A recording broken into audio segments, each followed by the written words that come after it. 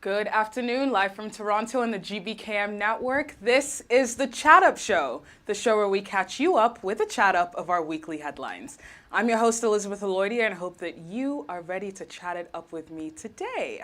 Now, as always, you know you can keep up with the GBKM network in various ways. You can listen and watch live 24/7 at www.gbkm.fm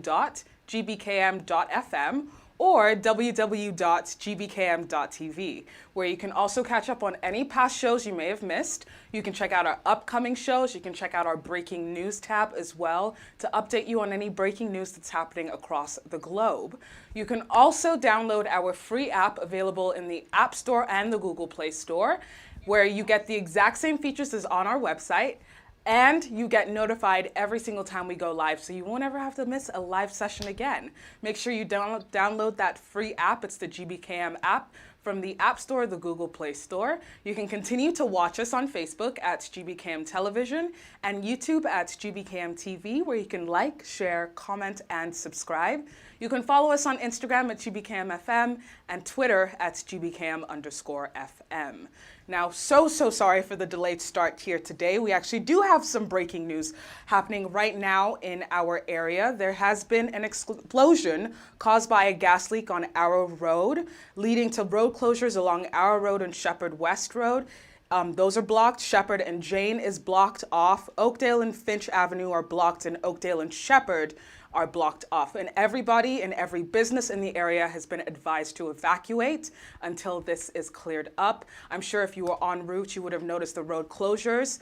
But don't worry, we will keep you updated right here on the GBKM station. So make sure you stay tuned for more updates to come in the future regarding this gas leak explosion. For now, we are safe in here and ready to continue on with our show today. But again, make sure you stay up to date with the GBKM network, as we will keep you updated on the situation. Now, we're fortunate here today because we have a very special guest joining us to discuss the topic of today, moving from the diaspora to Nigeria. And we're joined here by Iveoma Okparaeke, sorry. Mm-hmm. There we go. Got it in the third try. Welcome to the show, Iveoma. Hello. Hi, how are you doing today? I'm doing very well. How are you? I'm doing great, thank you. Thank you so much for joining us. Now, found you on your YouTube channel discussing what it's been like moving back to Nigeria for you. Now, you did this move in a pandemic, essentially. How was that for you?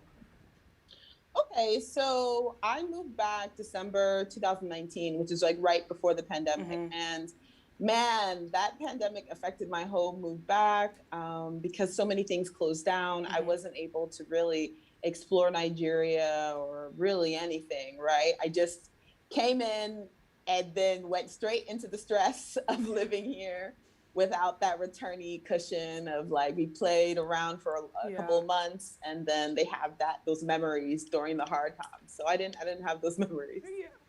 So why did you decide to move back? I mean, that's a question I think is on a lot of people's minds when they hear of someone from the diaspora moving back to the home country, Nigeria especially. So what gave you the push, essentially, to go through with moving back? So I decided to move back, honestly, because I felt it in my heart to move back. Like, I know people want me to give this deep reason. I don't have a deep reason. I went to Nigeria since I was a child. We go to the village. And I loved being there. And I always felt like one day I'm going to move to Nigeria. And so I woke up and was like, it's time to go. And so that's why I went. And upon moving back, what was like the biggest culture shock, except of course the pandemic, but even around that, what has been the biggest culture shock you've experienced so far? I think the biggest culture shock that I've experienced is just Lagos. If Lagos is like, Lagos to me is an entire culture shock. Living here, becoming like, I don't say rough, but like, I know how to go from 0 to 100 really quickly, like really fast to anger. I was never like that before, but you have to become like that. So I'm saying Lagos was just living life here was the biggest shock to me. So yeah, that's what I'm gonna say.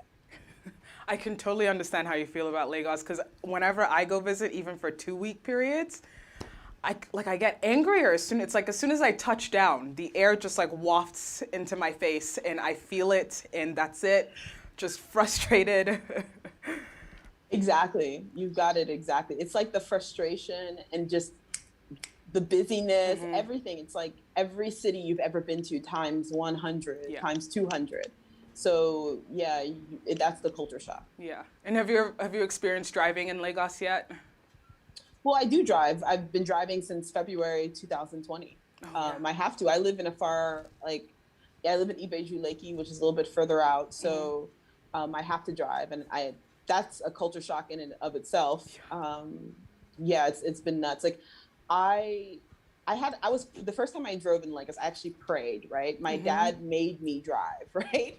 So my dad was like, look, you need to drive in Nigeria. So I moved back, and then my parents my dad came and visited me just to make sure that I'm still alive, right? And that I'm doing well. And then part of that, he made sure I drove right before he left, because I was delaying and delaying, and I didn't want to drive. I was taking the buses and KK and all this other stuff. Wow. So my dad, like the last 2 weeks of him being here, he made sure I drove. And so since then, I've just been driving. Now it's nothing to me, but when I first started driving, it was very scary. What was like the first thing that was like, whoa, this is so different. This is so new for you? You mean in Nigeria? Like while driving in Lagos especially. First, people cross the street anyhow. People swerve into your car as if your car doesn't exist. Like everything. Like even how I drive, like even how people drive, like they don't look like they're gonna let you in, but they do. Like, so you have to drive into incoming traffic when you make a turn. Everything about driving here was a shock to me. I can understand that. It was the horns for me. Like I rarely use my horns when I'm back like in Canada, but it's a language. It's its own language. It's its own form of communication. I don't know if it's Morse code that everyone's using while they're using their horn. No, it is a form of communication, because I remember when I started driving, I thought people honk too much, but now I don't even hear the horns. Like I only hear the ones that are directed towards me. So if somebody's coming up my side, I can hear it. If somebody's behind me, I can hear it. Like even me, how I use my horn, like tap tap, because I'm about to overtake somebody, or somebody looks like they're about to swerve into my lane or something like that. So every driver is doing the same thing. Now, you mentioned that you were also taking buses, and that was something that you talked about on your YouTube channel as well. Discussing that experience. And someone who's just moving back, would you suggest that's probably like the best way to try to get to understand your area, the roads? Or would you suggest just driving yourself and just getting out there as soon as possible? So driving is absolutely the best way to learn your area, because if you're not really driving, you're not really paying attention. But I do think that you should just try to take a bus. Like make sure you don't have anything on you, and just take a bus and just see, move around. Like a lot of people, like when they move back, they're so scared of everything. I don't know if that's from their parents or what. Like sometimes just do stuff, like get into that car, get into that bus, and just drive around. Like, of course, be safety conscious. Don't talk too much. If you're gonna talk low so no one hears your accent. But like, bruh, like you shouldn't be afraid of everything. Yeah. That's something I actually want to talk about, is the accent as well when you're communicating. Was it like, because every time I go back home, they're like, what are you saying? I don't understand you with this silly accent. So then you have to like add your own version of a Nigerian tint or something to your accent, or start speaking pidgin English as well. Was that something that you noticed as well and experienced? Well, it makes sense that nobody will understand you, right? Like, let's be real. Like, people don't even understand me sometimes. What I do is, I'll pepper my speech with a little bit of pidgin. But honestly, I just speak slower. As Americans, we talk really fast. Like, I think a lot of Nigerians talk extremely fast. And so I just slow them down. And you're like, oh, okay, I'm understanding you. Or when I would go to the market and slow speech didn't help, I would be like using sign language. Hey. I'll be thinking of, if a Nigerian were saying this word, how can I say it? I remember when I went to buy a fan, and I kept on saying, I know you guys have a fan in here. Like, where's the fan? Where's the person who sells the fan? Nobody understood what I was saying. And then I actually had to sit there and I had thought, and people surrounded me, like really trying to help me, right? Yeah. And I'm doing gestures. I'm like, it blows air, like, it's, you know, and then they still didn't understand what I was talking about. So then I thought about it. I was like, okay, how would I actually say this? And then I'm like, oh, fawn. And they're like, yeah, okay, yeah, we know what that is. I was like, I could have saved myself all this time. oh, I could have saved 15 minutes. And I'm looking at people like, are we serious? You don't really, you don't understand what I'm saying, but I understand what you're saying. But I forget I grew up in the States and with my parents and my relatives who are Nigerian. So of course I understand the Nigerian accent, but it does make sense they wouldn't understand me. Yeah. Like when you told people that you were moving back home, was like the reaction like excited for you, or were they like, what are you doing? Why would you do that?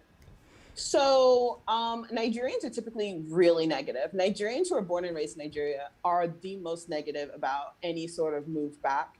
I'm going to be honest. I don't think I got only one person. Well, my friend Diana, and then maybe a handful of other friends are like, yeah, you should do it. But nobody really believed that I was going to move back until I actually arrived. And they're like, wait a minute, you moved? So, yeah, I got a lot of hate, a lot of negativity. Not hate, I got a lot of negativity, like, oh, you're gonna die, you're gonna get stabbed, you're gonna get kidnapped, you're gonna get this, that, and the other, you're gonna get robbed, you're gonna get murdered. Actually, is that hate? Yeah, I mean, it's like a little hateration in the bleachers. Yeah, okay, then that's hate. Then okay, fine, that's hate. So I thought about it, I was like, this is sounding a little bit like hate. Hate to me sometimes means like, oh, you're gonna fail. So nobody really told me I was going to fail. They just told me I was gonna get kidnapped or murdered.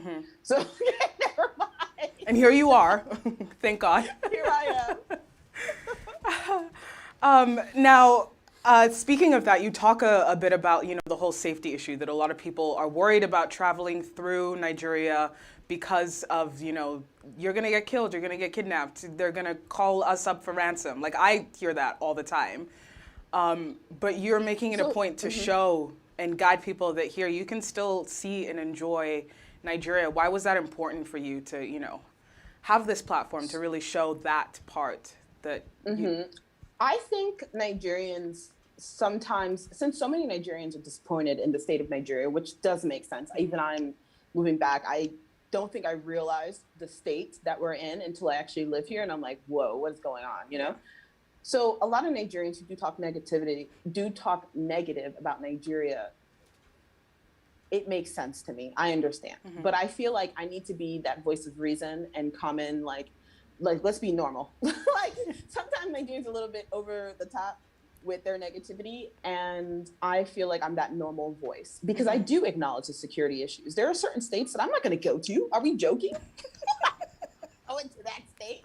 But there are a lot of other states that I would go to. There are a lot of other states that you can travel safely by yourself. I went to Enugu by myself. I went to Owerri by myself. There are loads of places. Iyo, I would go by myself. Abuja, absolutely. Yeah. There are so many places in Nigeria that are beautiful that you can travel by yourself and be calm, cool, you know, pay attention to what's happening around you, but you don't really need to be that concerned. And Nigerians who move, they don't tell you about those places. So here I am to tell you that you can move and you can travel around the certain parts of the country in a more secure fashion. But you do have to recognize that Nigeria, as it is now, is not, the security is an issue in many states, but there are plenty of states that are still beautiful, still you can still go to, you can still travel to. Lagos is not, and even Lagos is actually really not that bad.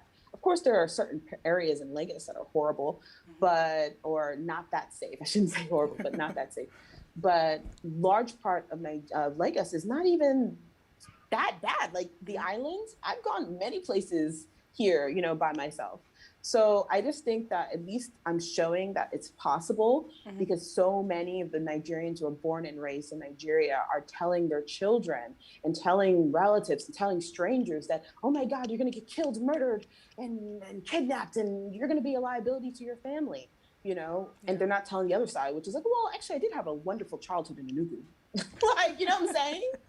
That's my voice. That's what I do. To share like the full picture of Nigeria, that it's not just this Yeah, a fuller scary picture. death trap. Yeah. I mean, it's like as you said, I understand where people are coming from. You know, they hear stories of people that they know have been through some pretty scary things, but at the same time, there's Absolutely. also a beautiful country to explore. So, how would you then suggest for someone, you know, someone like me, who maybe doesn't speak the language as well, Yeah. and wants to explore my homeland, wants to be able to see other Hmm. states except for, you know, going to Lagos and maybe Oyo State on the side if I'm feeling fancy. Okay. What I would tell you to do at first is just focus on cities, because you have to understand that you also want to build your own confidence, because you think that maybe you're not paying attention to what everyone's saying to you, but you are. When people speak over you and they tell you those horrible things, then it lands. I feel like it lands in you. It becomes a part of you. So you need to start with these smaller, like Iyo, Abuja, even Enugu, these smaller, safer cities that pretty much nothing's going to happen to you if you stay wise and sharp. Start there and then start building confidence to go other places. You know, let's say you want to come to Lagos. That's awesome. So go to Ogun State even. Abeokuta, very nice, calm place. You know, Yeah. so I would say start with those smaller cities around Nigeria that you know for a fact are safe. Build your confidence up, shake off all those negativity that everybody's saying and speaking over you, and then, you know, become more adventurous. Yeah. So, what would you say has been the best part for you of returning home to Nigeria? I think the best part of returning to Nigeria is being in Nigeria, actually understanding my country. This is where I'm from. This is literally, well, I'm not from Lagos, but I'm from the East. This is where I'm from, Nigeria. I'm from this soil. I'm reading the news. I'm listening to Nigerians. I'm finally understanding what I'm seeing. When you're in the abroad, you become extremely disconnected from reality. A lot of that's why there's this gigantic diaspora between Nigerians overseas Yeah. and Nigerians here. There's a gap Mm-hmm. because when you're not here and you don't understand, it becomes like you really don't understand. And so that I think has been wonderful. Coming here, seeing the life, understanding what it means to be a Nigerian nowadays, and seeing what Nigerians are actually going through, and understanding why so many Nigerians are leaving or why so many Nigerians are investing in the country. Like, I can say now, I finally understand. And I didn't. I didn't before. Yeah. I think would you say that that's like a common consensus for people who do move back? That like now they finally understand what folks have been complaining about, what folks even love about the country and will like die hard for Nigeria? Because there's both ends of the spectrum. You know, you have people who are like, I can't believe you're coming back. I'm looking for every ticket to go and get out of here, to go to Canada, the US, the Every UK. ticket, Every opportunity, I will exhaust every option. And then there's also the other side, you know, where people are like, I can't wait to go back to my country. I want to go there and retire, and that's what I look forward to, and that's, you know, my land. I want to be as connected to it as possible, or I just don't want to leave this country at all. Yeah, now I completely understand. That's the thing. Understanding is huge. If you can't understand your own people, then nothing they're saying to you makes any sense. Yeah. There are some things, there are so many things here in Nigeria that when I came back, I was like, what kind of madness is this? It would be if somebody told me with words, Iveoma, you're going to get through all this stuff. I would be like, child, please. But then I come here and I'm like, dang. Like, even let's say you work, let me just give an example. Let's say you work with a Nigerian, let's say you want to invest in Nigeria, and you are a YouTuber like me, and you decide to get a Nigerian editor. Well, there are going to be some times that you're going to have to be flexible on the time they can send you videos. By the way, let me tell you why. Because now that I live here and I see how my internet just goes down, I'm surprised it's steady right now, Elizabeth. Yeah. I see how my internet. Thank God for NEPA. Thank God for a little bit of NEPA. So I see how my internet will go down, or suddenly my network will just go. So I'm uploading a video right now on YouTube, or I'm sending an editor. So an editor, let's say, imagine you're not from here. You're not, you know the internet is bad, But if you haven't experienced how bad the internet is, you would be like complaining. You'd be like, oh my gosh, this person never reaches deadlines. They send me videos at odd times, this and that. But you don't know that it took them 5 hours to upload that video. They had to go to 2 different cell phones. They had to get out of their house, drive to somebody else's house to do that video. Like that is a very simple thing. It actually affects Nigerian contractors, like Nigerians here, who want to use these other networks and market themselves and package themselves and make some foreign currency on Fiber or whatever website they're using. It actually affects them. Like it affects the money. It affects the reviews and everything.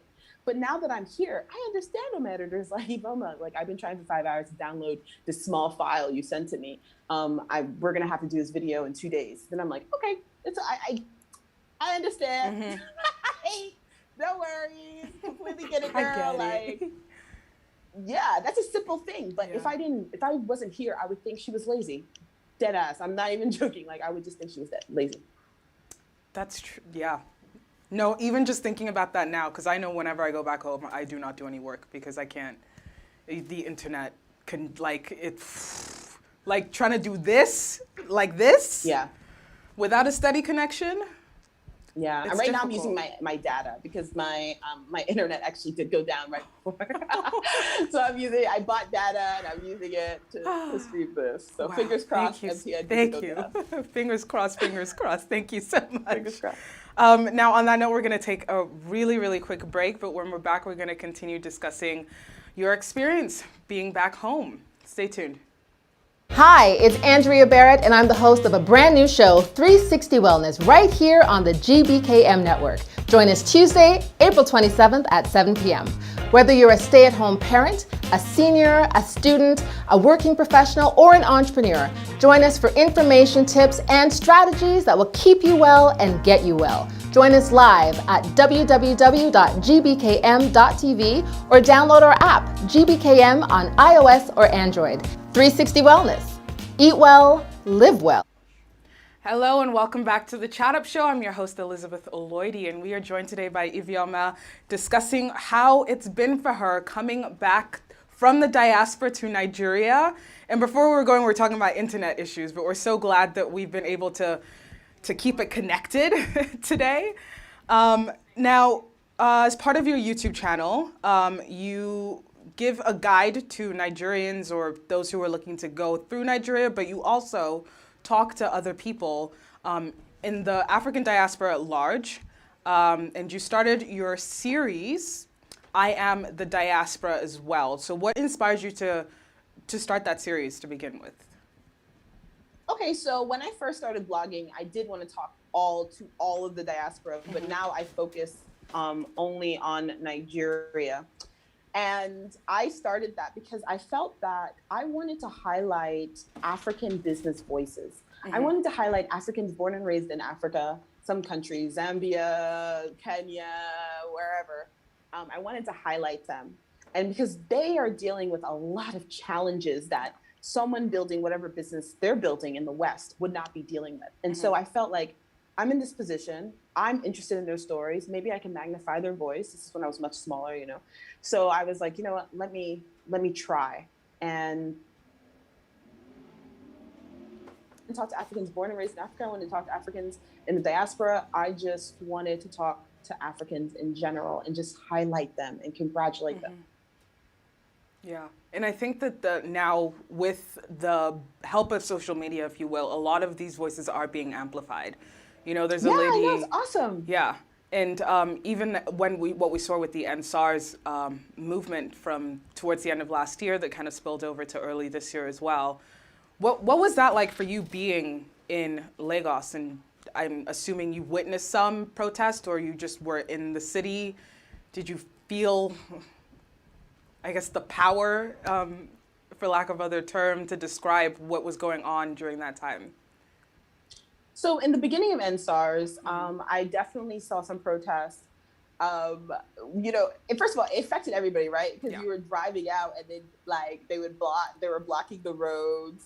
And I loved it at first. I genuinely did. I was like, yes, speak up, finally, speak. Yes, show them that you're somebody that it shouldn't be trifled with. And then that energy, let me tell you, everybody, almost, well, except politicians, everybody else loved that energy. It started even older people who felt like hopeless about Nigeria started feeling alive. Young people started feeling a little bit empowered. And when you go to grocery stores, and when I would go to marketplace, people would be talking around me about NSARS. I was so happy. Like, and then when the Nigerian government shot at unarmed protesters at the toll gate, I felt such despair. That's the only word that I can say. I felt such despair because it could have ended so differently. It was such a high point. People started feeling good about the country. And it wasn't just me, everybody started feeling, I actually felt depressed. Like, I don't think I even created videos for a while. Like I genuinely was affected because I'm saying, what kind of country is this? Where am I? What is going on, you know? And then all the news about all the murders and the killings of the NSARS protesters, that the NSARS officials, the police were doing in the East and the North, and in the Southwest. And it was just like, what is going on here? Like, they can shoot at us, they can kill us at will. What is going on, you know?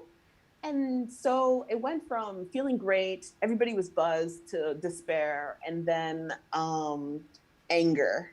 I became angry. I was like, you know what?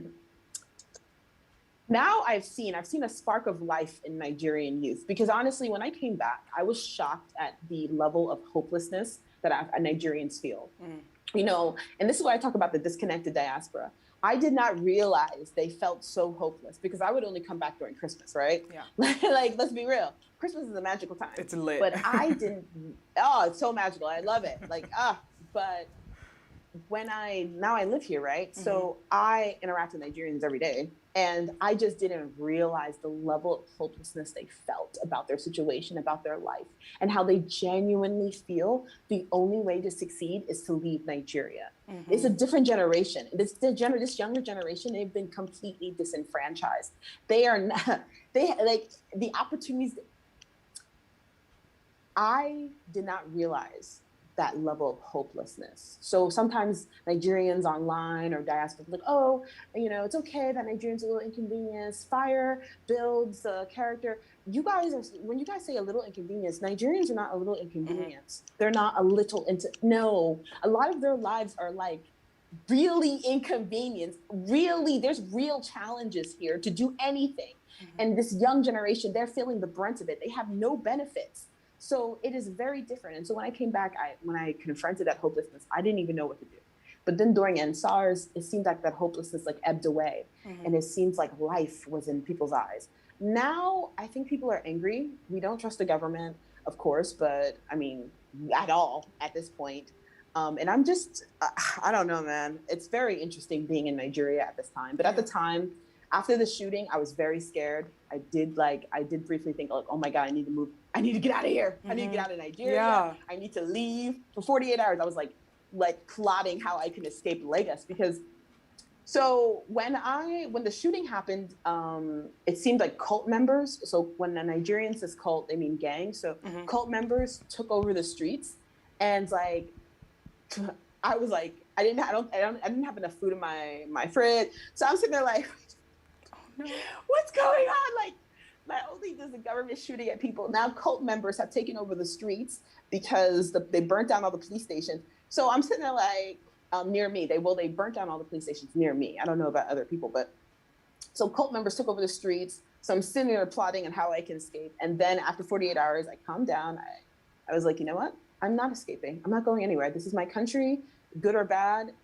I moved back. This is an experience to really highlight. It showed to me how there is the security situation in Nigeria is very, very bad. It's much worse than I thought it was. How quickly gang members can just take over towns, like streets, just take over the main road. How quickly they could do it, that I didn't realize it was like that bad. So Yeah, I feel like I'm rambling, but yeah, like it was just a very crazy experience. And I feel like now that that's over, the fact that I'm still here really says something, right? It Yeah. should tell people I really do love Nigeria and I really am focused on my goals. Yeah, I could tell, and I'm like, where, like, how? Why? Like after So that here's- experience, I would have been like, deuces, I'm good. I'm going back to where I came from, not dealing I with was this. like that for 48 hours. Yeah, mine would 48 have hours, lasted I was longer. I would have been plotting. on that plane. Oh no, the reason You I can't- couldn't get to the you planes, couldn't I live leave. in Ibeju Lakey. The road, so many people try to leave, they were blocked by cult members. No, every 500 feet, like, I kind of wish I took I was kind of scared, but I should have taken photos, like, just outside of my estate, like every 500 feet, all the way down in Lekki Epe Expressway was cult members, they had tires and all this stuff. You had to pay them to pass if they let you pass at all, because anyway, it was just a very crazy time. And the fact that I lived through that and I have the option to leave and I didn't, like, I love Nigeria. That's love. I feel like there's equal love and hate for Nigeria, but I do love it. Would you say that the love, like, sort of, it's like, because it's like a fine line between love and hate. You know, they say that even when you hate it so much, like, you love it too much to let go of it, and you're holding out that I do love hope Nigeria. that it's gonna turn around, it's gonna get better. So I am holding that hope. So everything I'm doing right now, I realized when I moved back. So I was thinking, okay, within 3 years, Iveoma, you're going to be doing this and this and that. No. Now I've extended that time period to 10 years. Wow. Just because the current administration, from now until the end, like when the new president comes into power in 2023, it's actually going to get worse. And I have accepted that. Like right now, food is at an all-time high. Everything is high. Everything's expensive. I've never seen prices like this. Like, and then the Naira is even more depreciated. Yeah. So I have accepted mentally, and I've been talking to other people, and we just kind of like, you know what? It's going to get worse before it gets, fingers crossed it gets better. Let's see what happens in 2023.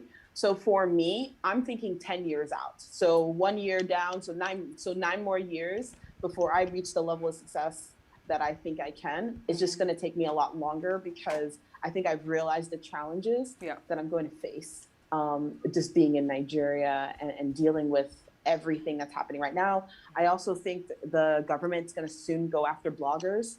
They already kind of started it during NSARS. So I'm just, man, it's going to be a crazy ride. And I feel that I need to be here to document that process. Yeah. And you are documenting it. I mean, you've recently shared about banks and how they've been, blocking or freezing accounts. You've been talking about the Naira and how, sharing your knowledge and advice for those who are trying to figure out how to send money back home, dollars especially, how to exchange dollars to Nairas, because it's like we're watching it in slow motion, kind of just roll. The Naira keeps depreciating.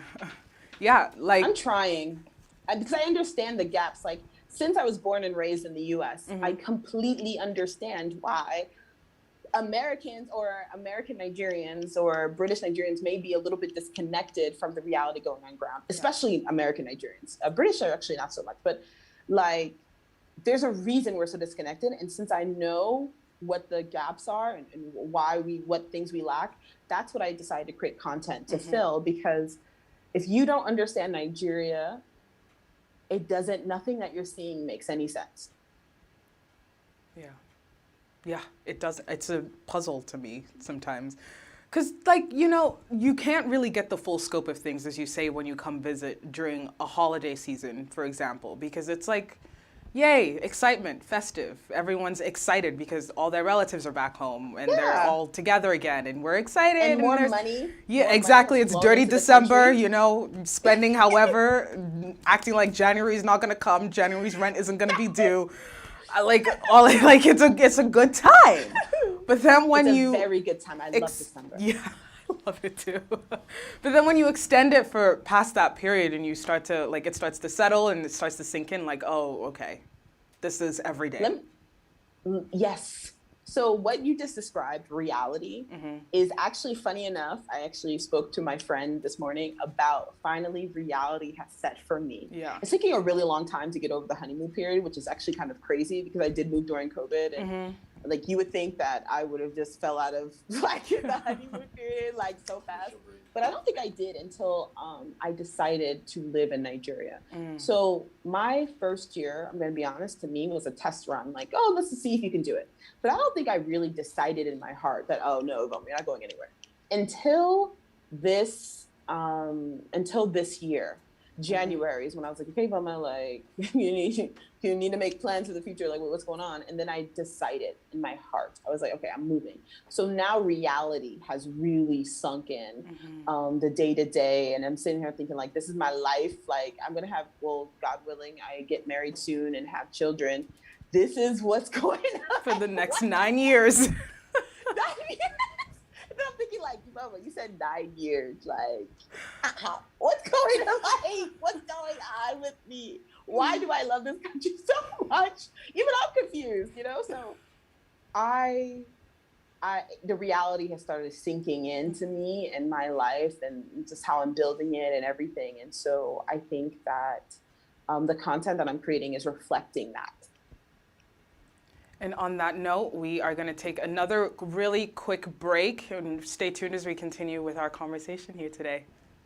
Hi, it's Andrea Barrett, and I'm the host of a brand new show, 360 Wellness, right here on the GBKM network. Join us Tuesday, April 27th at 7 p.m.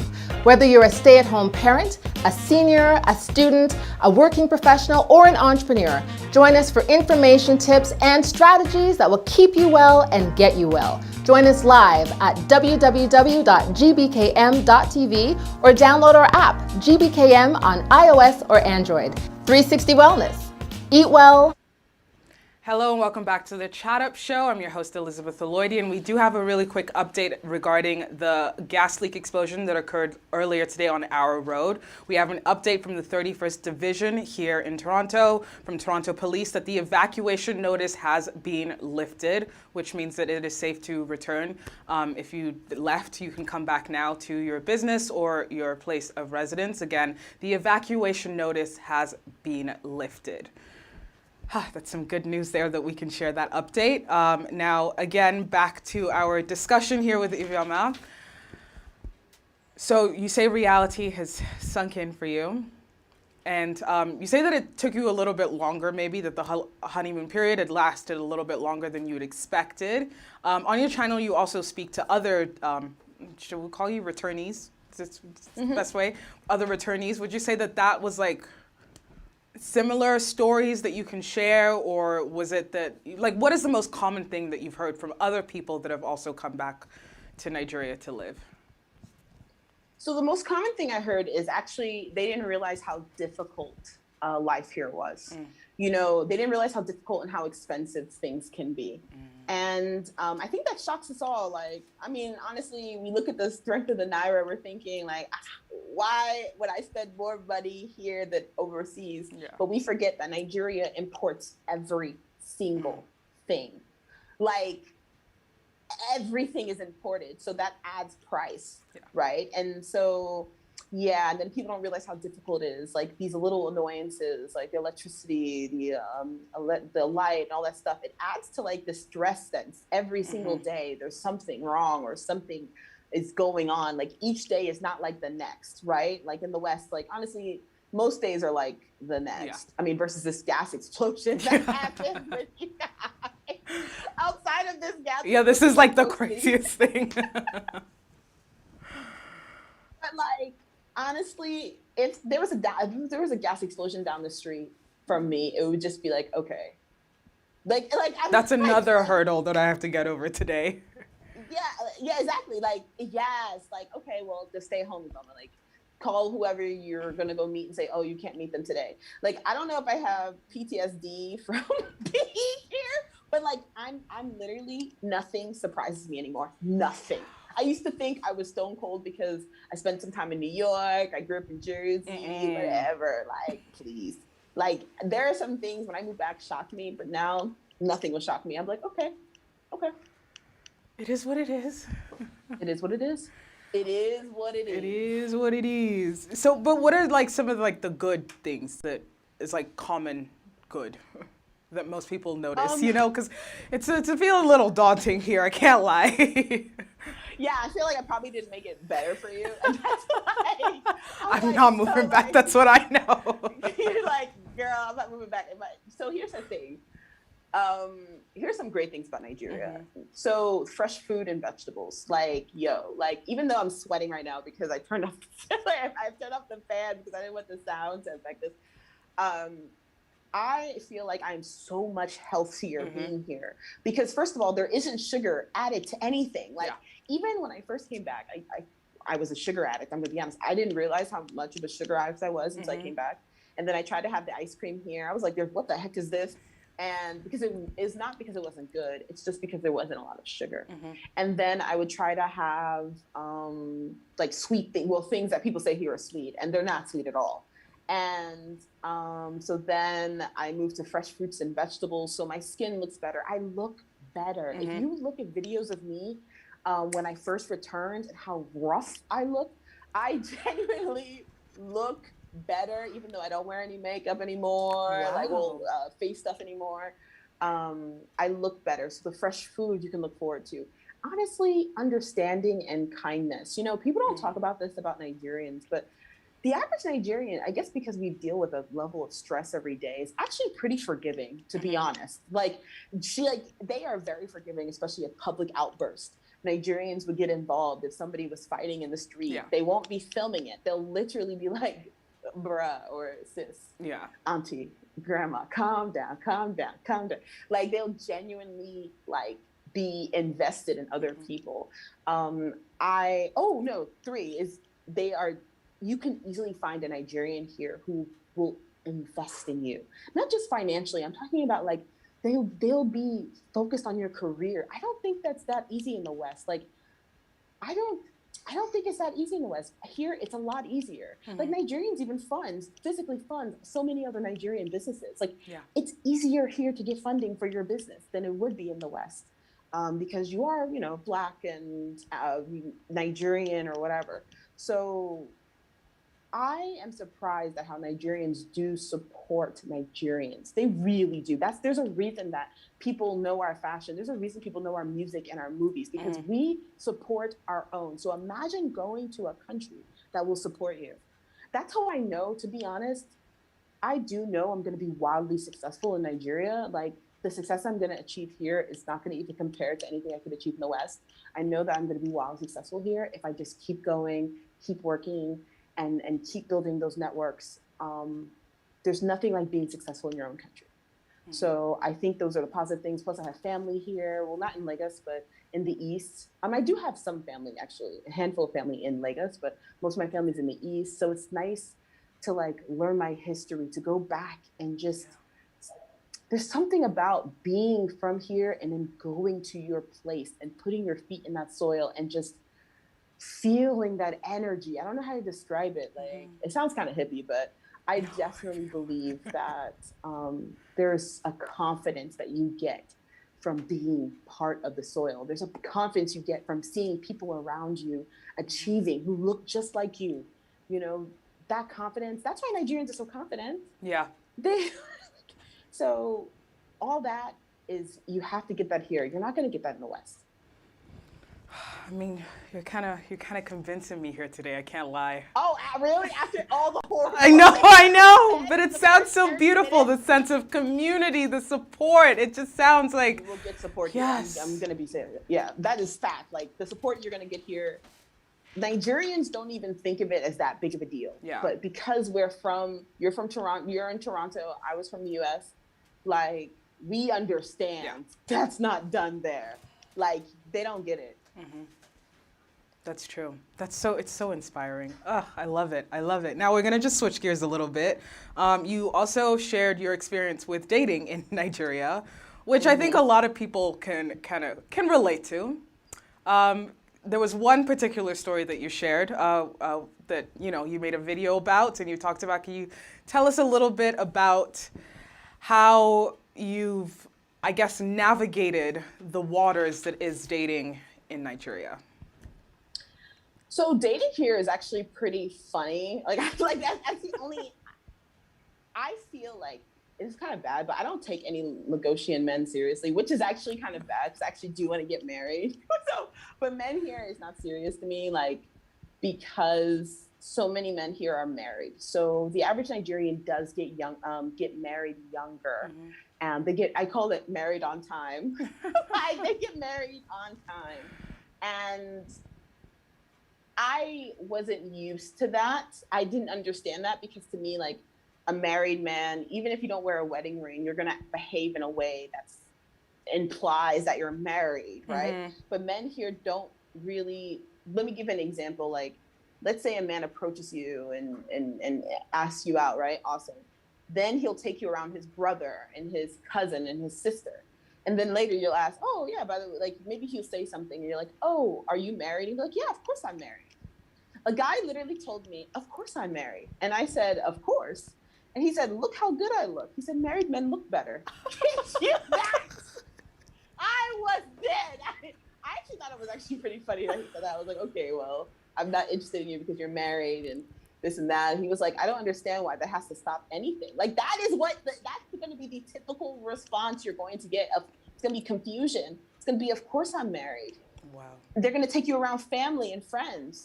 Things that are just really bizarre. That in itself is a culture shock. I think I can handle the traffic. I think I can handle the haggling at the market, like bartering. But like, yeah, that was a big culture shock. I actually forgot about that. Yeah, because that was so normalized. But like, you're so used to it now. Yeah, because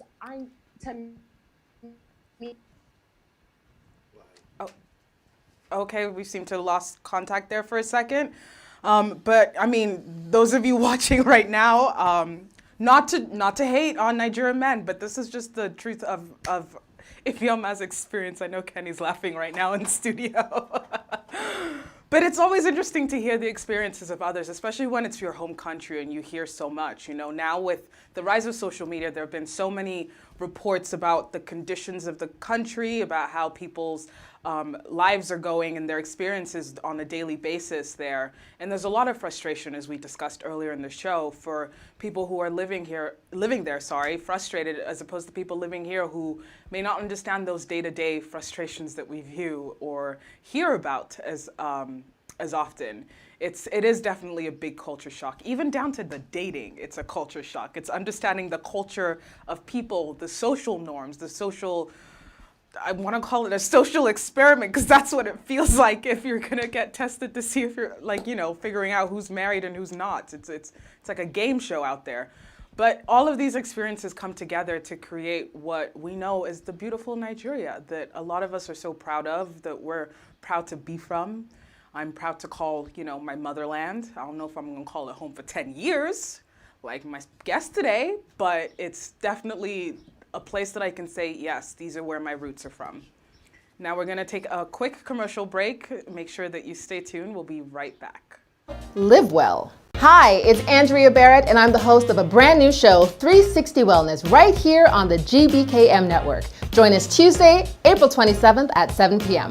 Whether you're a stay-at-home parent, a senior, a student, a working professional, or an entrepreneur, join us for information, tips, and strategies that will keep you well and get you well. Join us live at www.gbkm.tv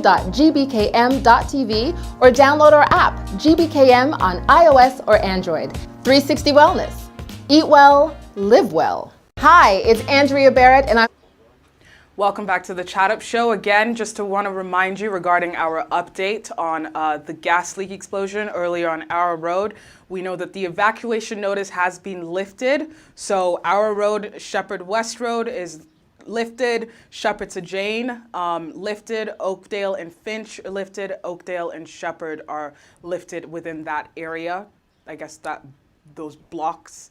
The evacuation notice has been lifted, so you can return now safely if you had evacuated the area. Now, we're just about wrapping up our show. Unfortunately, we lost connection with our guest. That is just the good old internet connection we were talking about earlier that is unpredictable and part of the, day-to-day life of living in Lagos, living in Nigeria. But, you know, just from what we've heard Iveoma discuss today, I think it's safe to say that though there are frustrations that happen in that country that makes it just a little more stressful to live in, there's so much beauty that's still available and ready to explore. You can learn a little bit more about Iveoma's experience by checking out her YouTube channel. Hi, it's Iveoma, that's Iveoma. So you can learn a little bit more about what she's doing and what is part of her 10-year plan in Nigeria as well, and especially for the African diaspora too. It's always inspiring to hear from someone's firsthand experience of what they've gone through. I mean, not only have we gone through a global pandemic, but there were also the protests that, you know, shook the world up and woke us all up and had people speaking up after decades of staying silent, it seemed, had people inspired to speak up for their country, inspired to speak up for the nation of Nigeria, has definitely fueled a lot of passion for the country, and we saw that here today. Though she's been through her experiences, I think it's safe to say and conclude that Nigeria is home and it will always be home, and there will always be a soft spot in all our hearts, I think. I think we can agree with that. There's always going to be a soft spot in our heart for that beloved country here today. And with that, I don't think we have any sign of our guest coming back to join us. She's just joined, she's connecting. She's just reconnecting. Great, so that we can say thank you and goodbye to her as well. But yeah, I wonder how many people, you know, are in the diaspora and considering going back to Nigeria right now. That would be really interesting. Then the show is definitely for you if you've kind of been teetering on that edge to wait and see if you should make the move back. Maybe something here you've heard here today has inspired you or scared you a little bit more to stay away, but there's that love there, and we love to see it. We encourage it. We support it, especially here on the GBKM network. And she's gone again. Hi there. Good to have you back. Lost you for a second. It's that internet, isn't it? Girl, I was running around like my MTN went down. Like, Oh, no. It's all good. We have you back. We have you back. Now, I just want to like ask you just to round up before we let you go here today. What are like three biggest pieces of advice you can give someone who's thinking of returning back to Nigeria? How to prepare, maybe, or just what is like your three biggest pieces of advice?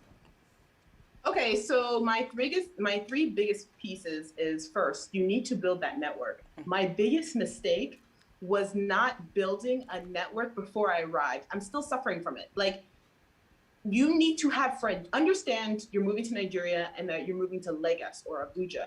Build friend groups in those cities.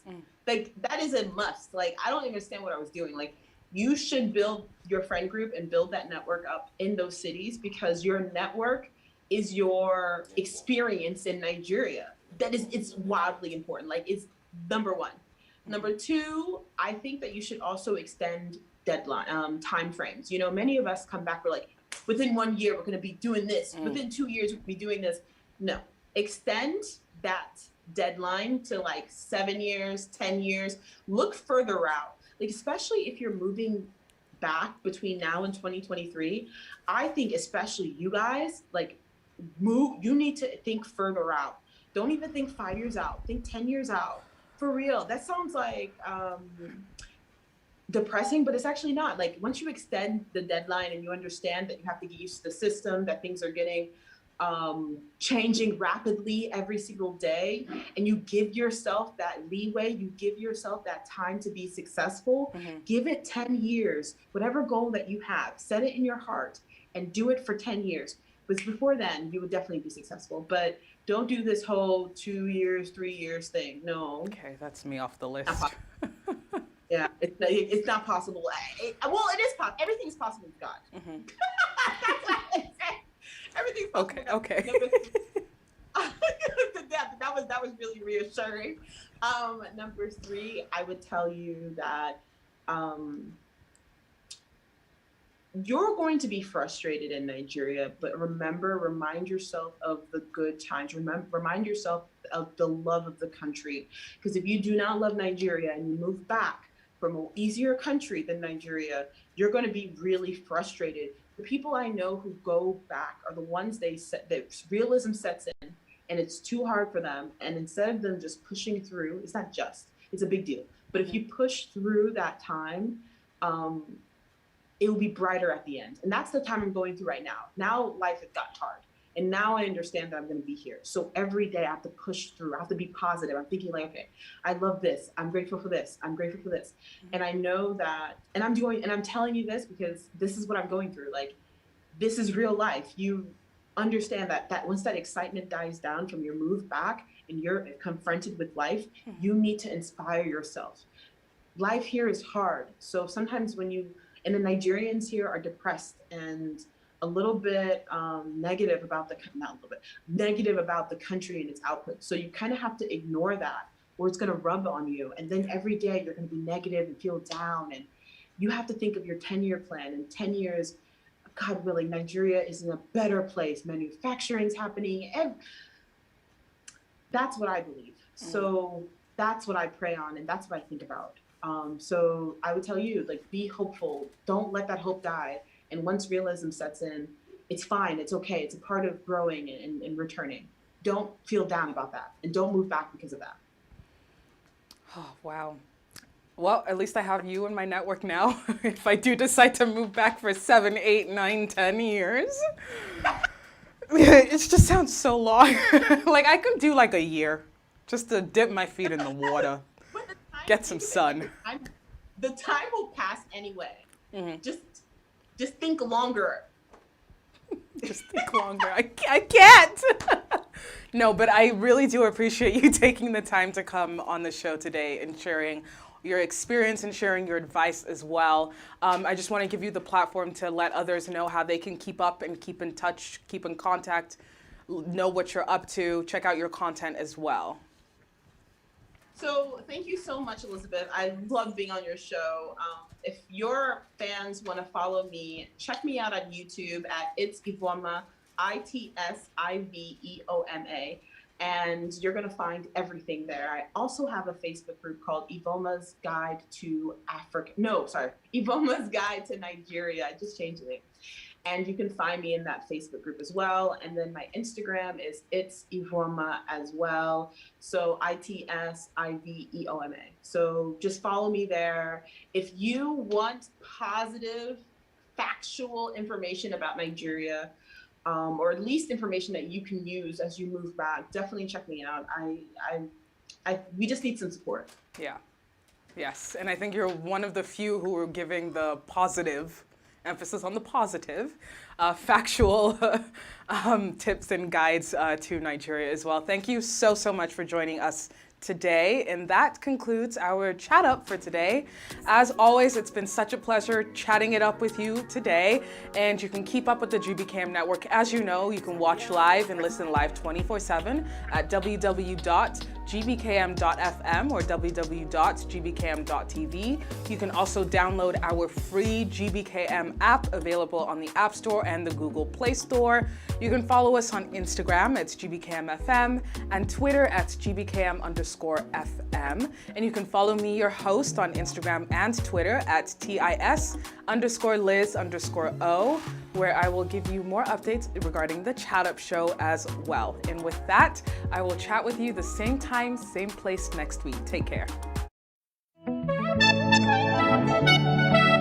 The bad news is that everyone is a potential victim.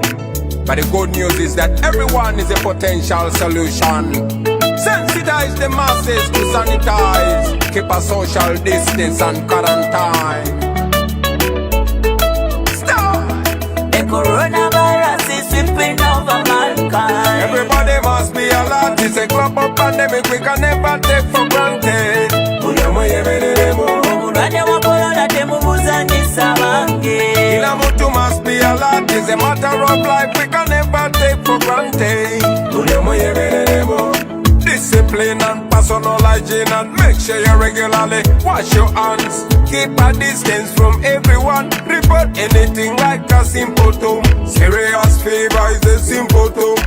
Dry cough is a symptom.